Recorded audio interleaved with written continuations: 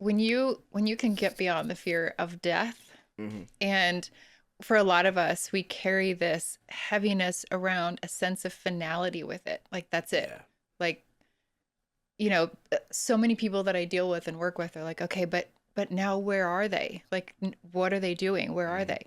Because they're still like used to that person in their life, but they don't have that person physically, playing that role anymore that they did. So just in working with the shamans that I've worked with, um, and learning how we perceive death, and are we actually perceiving the fear of death, or are we just experiencing our fear? Because Mm. because you don't, and this is going to probably sound a little bit crazy, but you don't experience death when souls transition, when people cross over. You think of it like this: you move into a new season, you move into a new chapter of yourself. It's just like here when we get married, when we have a baby, you're starting a whole new season of Right. experience. Same thing when we transition into discarnate, we're no longer in the flesh. We're still here. It's just different. So there's no actual experience of like, there's no stop mechanism. Like I stopped existing. There's no death experience, if that makes sense. Okay. And so many times they talk about, I keep thinking of this one gentleman named Spencer. Long story short, this lady calls me, has a session. She wants to talk to Spencer. All I ask for is the first name, so he comes through, and it's up to the spirit what they want to show me. And he shows me his death, and I'm standing on the road looking at how he died. I mean, him and his wife were killed by a drunk driver. Completely annihilated the car. I mean, it was into pieces, and so was he, and she was trapped in the car and she burnt up. Damn. And he's standing there, and I could see him standing there, and I could see everything. I described everything, and the mother, and now, mind you, she had this session 3 days after it happened, Oh, wow. which was wild. Like, I don't, anyone coming in booking with me, I don't know one thing from the next. So she's sobbing because he's bringing through all the details that she needs to hear to know that it's him. And he's standing there, like looking at his body just completely shredded on the road. And he's scratching his head like, well, shit, I can't believe that happened. Like, but he didn't suffer. He didn't experience the torment that we think about. And that's a lot of what causes grief, is we try to project into first person, like, what did they go through?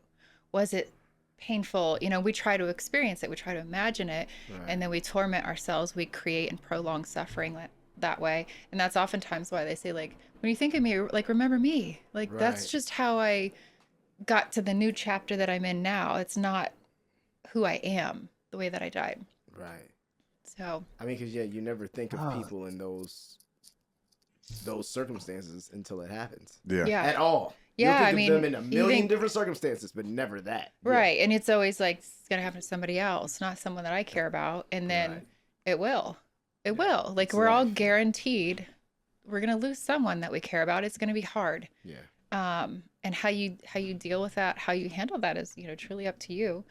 And I think I'll say this. I know before I sort of got blasted open with this whole thing, I had a tremendous fear of death and dying. Really? And a big part of my fear was, will I still know who I am when I'm gone? Like, will I know who I am? Will I know who my family is? Like this feeling of lostness. Right. But I think too, like, when you do the work and you know who you are and whose you are and what you belong to and that you belong, you sort of transcend that fear, I guess, and remember, like, I don't even have to know it all to feel that I belong, to feel that I'm a part of something bigger than what I can understand. Right. And hopefully, like, in doing the work that I do, I can share some of that grace to disarm some of that fear. Damn. I just think, like, but what about my Bitcoin? Listen, I have a story for that. I have a story. This is going to blow your mind. This is almost crazy. Had it all. I should have sold it. Listen, so obviously most psychics get that question, lottery numbers, all this bullshit. Don't you think if I could fucking channel the lottery numbers, I would? However, who won the Super Bowl this year? So, I mean, that kind of stuff can come through for sure. Like we channeled just before the new president was elected, and they told us who it would be, and sure enough, it worked. Yeah. But pretty wild. What's cool is like, here's the thing with questions like that, because I have a story about Bitcoin, crypto.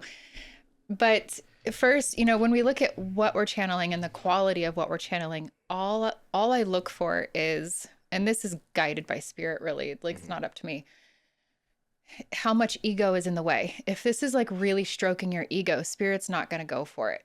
If it's for something better or higher, they'll give me a green light. So I had a client one time in 2021, he calls me up, wants to know where to invest his money in crypto. And I'm like, listen, I usually don't channel this stuff. It's up to spirit. If they say go, then we're going to do it. Okay. So he's asking his questions, and I ask spirit, they give me the green light, and I'm like, okay, cool. And I swear to God, I mean, we could even talk to him sometime. Spirit told him on the 3rd week in March, the Dogecoin's going to spike. So put your money there. And he did. He put like 250 grand in it, and he spiked up to 11 million and was able to capture quite a bit of money. Now, here's the thing. How did the spirit know about Doge? They're not removed from what's going on down here. Trust me. And thank God. That's why my dad has watched me masturbate. That's what I'm telling you. If he knows about Doge. Well, Mike is going to put a blanket over himself next time. Masturbating in his pillow fort. But here's the thing. That man gave it all away. Oh, because he just, wow. He was extremely charitable. He put his friends' kids through college. Wow. He donated thousands upon thousands to food drives. Like, I mean, so that's why Spirit gave it the green light. Given. Yep. So because you got to still to this day, he works in a factory. You got to have a heart full of like gratitude and not being attached to that in order for them to give it to you. I feel like absolutely. Because I feel like once you let go of trying to force matter into matter, and you just kind of let it go, is when you kind of shit just really starts to change, In all facets too. When you try to micromanage or control anything too much, you have to just let it be. Let things come to you. Which is energy. Which is